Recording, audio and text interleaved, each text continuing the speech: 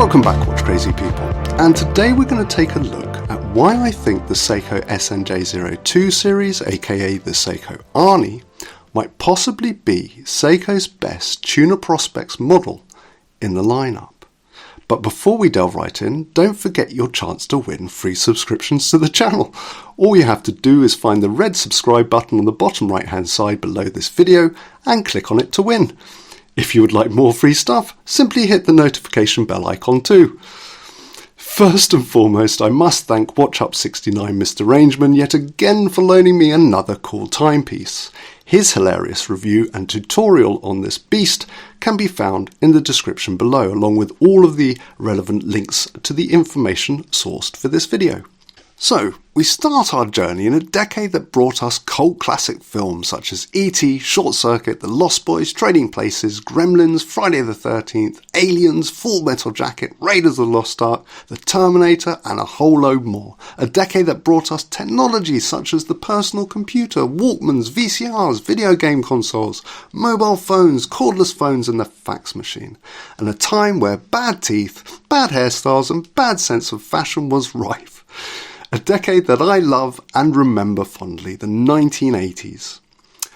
After causing a stir in the watch world back in December 1969 with the introduction of the world's first quartz watch, SEIKO was quickly kicked to the curb by Hamilton's introduction of the Pulsar, the world's first digital watch that used an LED display.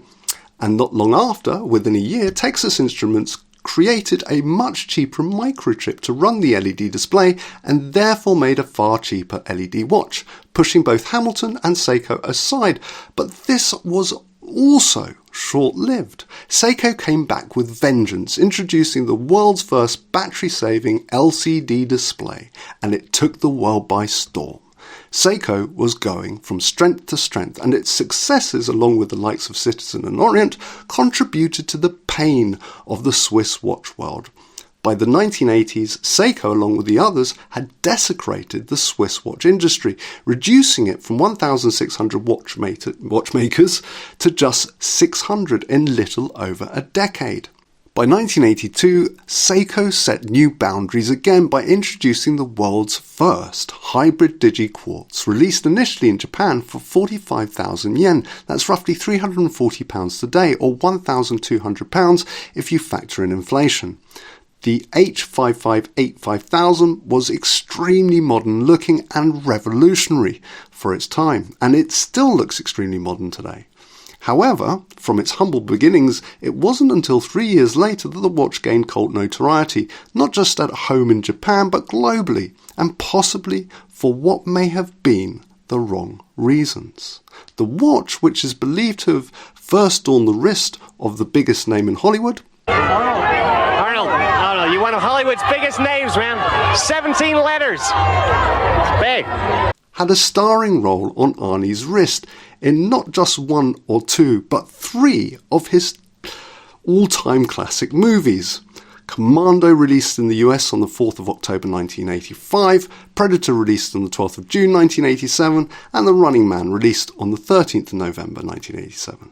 And though Arnie is a very keen watch enthusiast and actually chose the watch for all three roles, it wasn't originally destined for his wrist. It was intended to become a James Bond watch.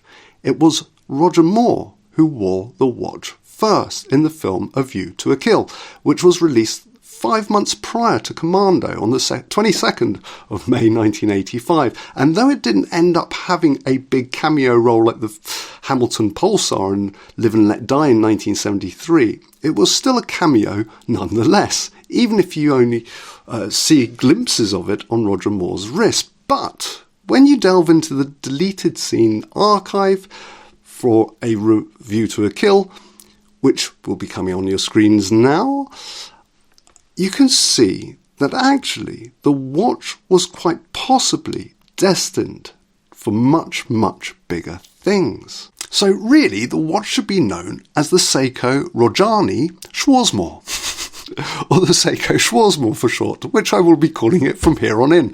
So why is the original Schwarzmore and the reissue Schwarzmore, in my view, the best SEIKO tuner prospects watch in the range?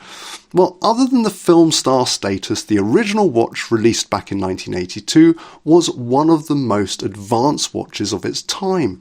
Battery-operated movements had already proven how much more precise they were compared to their mechanical rivals, as well as providing more functionality. The Schwarzmore was designed as a tool watch to take with you diving, running and all sorts of outdoor activities, which required precision and accuracy, something mechanical watches don't quite live up to in the same way. And that's the point. Even with today's reissue version, which adds solar power, radio sync, as well as a screw-down pushers, for additional water resistance, adding that extra 50 metres depth to the original 150 metres. But let's face it, if you're not a professional diver and you find yourself 200 metres underwater, I think you may have a little more things to be worried about than if your watch is still working.